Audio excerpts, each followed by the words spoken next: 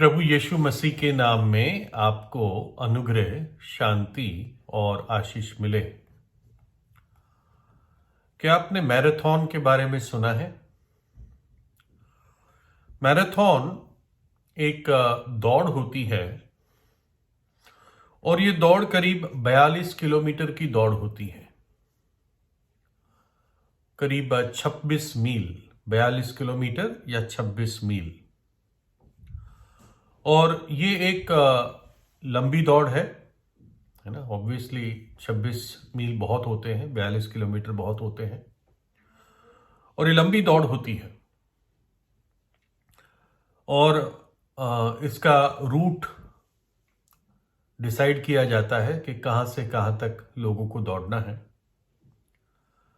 और इसमें ज़रूरी नहीं है कि बहुत तेज़ी से दौड़ा जाए, है ना। 42 किलोमीटर कौन इतना तेज़ी से दौड़ भी पाएगा? तो लोग चलते भी हैं, दौड़ते भी हैं, जॉग भी कर लेते हैं। तो इसका मेन मकसद होता है कि इसको पूरा करना है। और हर साल दुनिया में अलग अलग जगहों पर टोटल करीब 800 मैराथन की दौड़ होती है। और इसमें ज़्यादातर जो दौड़ने की हॉबी रखते हैं, ज़्यादातर ऐसे लोग इसमें भाग लेते हैं। कुछ व्हील चेयर पे भी बैठकर कोई उनको धक्का मार के, या बैटरी ऑपरेटेड व्हील चेयर, मुझे पता नहीं कैसे बीच में चार्ज करते होंगे, लेकिन वो भी मैराथन की रेस को कंप्लीट करने की कोशिश करते हैं। जो सबसे पहली मैराथन हुई थी 26 मील की दौड़, ये एथेंस में, जो यूनान में है आज, एथेंस यूनान की राजधानी है, ये ओलंपिक गेम्स के टाइम, ये 1896 ईस्वी 1896, यानी आज से करीब अंदाजे से 140 वर्ष पहले पहली मैराथन दौड़ी गई थी। अब ये मैराथन 26 मील की क्यों है? 27 क्यों नहीं है, 25 क्यों नहीं है, 20 क्यों नहीं है? तो इसके पीछे बैकग्राउंड ये है कि 490 ईसा पूर्व वर्ष में, यानी प्रभु यीशु से करीब 500 वर्ष पहले अंदाजे से, फारसियों, पर्शिया यानी आज का जो ईरान है, और एथेन वासियों के बीच में युद्ध हुआ था। तो यूनान जो था, इसके ऐसा लगता है कई हिस्से थे, मुझे बहुत डीपली नहीं मालूम, लेकिन कई हिस्से थे। कुछ एथेनवासी थे, कुछ स्पार्टन्स थे। इस प्रकार से अलग अलग हिस्से थे यूनान के, शायद जो आज सब एक हो चुके हैं। तो 490 ईसा पूर्व वर्ष में फारस और एथेंस के बीच में युद्ध हुआ। और फारस के लोग, ज्यादातर ये इतिहास भी बताता है कि जो फारस की सेना होती थी, बहुत बड़ी बड़ी सेना होती थी, लेकिन यहां पर उन्होंने सिर्फ 25,000 अपने सैनिक भेजे।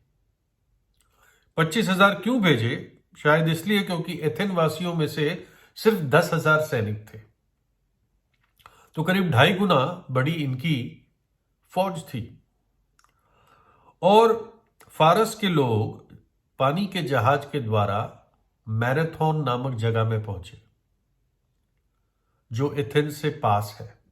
वो भी यूनान का हिस्सा है, आज भी है।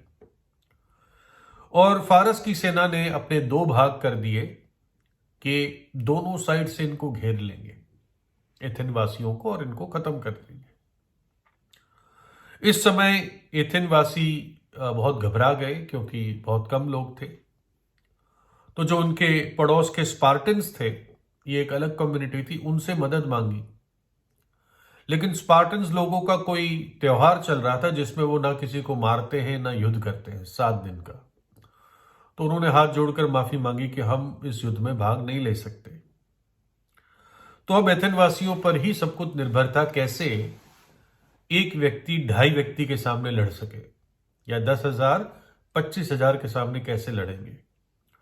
तो इनके 11 सेनापति थे, जनरल्स थे एथेन वासियों के। तो उसमें से एक बुद्धिमान था, उसका नाम था मिल्टाइडस। मिल्टाइडस ने कहा कि जब इन्होंने अपने धो भाग कर दिए फारस की सेना ने और पीछे से हमला करने की कोशिश कर रहे हैं, हम जो आगे हैं उसी पर हमला कर देते हैं और देखते हैं जो होगा वो होगा।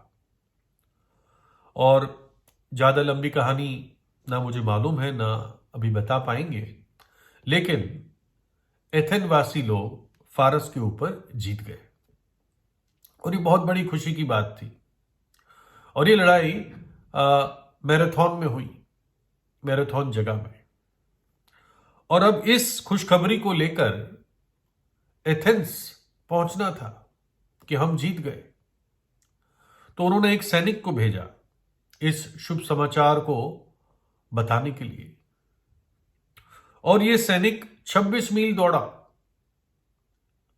और इतना उत्साह था उसमें, 26 मील कम नहीं होते। युद्ध हाल ही में खत्म हुआ था, शायद इतना शरीर तंदुरुस्त या मजबूत नहीं था एक युद्ध के बाद, लेकिन वो दौड़ता गया दौड़ता गया दौड़ता गया, एथेंस को पहुंचा, लोगों को खुशखबरी दी कि हम जीत गए। लेकिन उसके बाद ही वो मर गया एक्सर्शन से। वो भारी थकान जो उसके शरीर पे हुई, शायद उसका हार्ट ही फेल हो गया। तो इस शूरवीर और उत्साही साहसी यूनानी सैनिक को याद करने के लिए मैराथन की दौड़ दौड़ी जाती है। और इसलिए जहां पर भी ये दौड़ी जाती है, सिर्फ यूनान में नहीं दौड़ी जाती है, अलग अलग जगह दौड़ी जाती है दुनिया में। तो कई लोगों को शायद मालूम भी नहीं होगा इसका इतिहास क्या है, लेकिन इतिहास यहीं से शुरू होता है। उस यूनानी सैनिक को, उस एथेनवासी सैनिक को याद करने के लिए 26 मील की दौड़ दौड़ी जाती है। और सबसे पहले ये 1896 ईस्वी में शुरू हुआ। जब हम बाइबल को देखते हैं तो प्रभु यीशु मसीह अपने स्वर्ग की महिमा छोड़कर इस धरती पर मनुष्य बनकर आ गया और एक बहुत बड़ी खुशखबरी लेकर प्रभु यीशु मसीह इस जगत में आया। और वो खुशखबरी ये है कि परमेश्वर मनुष्य से प्रेम करता है। ऐसा नहीं था कि अब प्रेम करना शुरू कर दिया या तब प्रेम करना शुरू कर दिया। वो जब से मनुष्य की सृष्टि की, वो मनुष्य से प्रेम करता है, प्रीति रखता है उससे। लेकिन मनुष्य को मालूम नहीं है।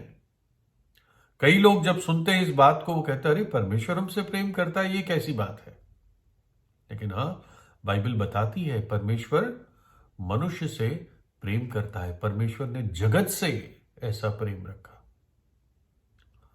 तो ये खुशखबरी लेकर प्रभु यीशु आया कि परमेश्वर मनुष्य से प्रेम करता है और नहीं चाहता कि मनुष्य अपने पापों में नाश होकर हमेशा के नरक के दंड में चला जाए। परमेश्वर ने मनुष्य के लिए उद्धार का, मुक्ति का, मोक्ष का मार्ग तैयार किया है।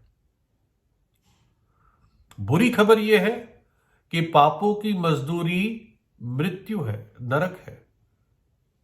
और खुशखबरी यह है कि परमेश्वर का वरदान हमारे प्रभु यीशु मसीह में अनंत जीवन है।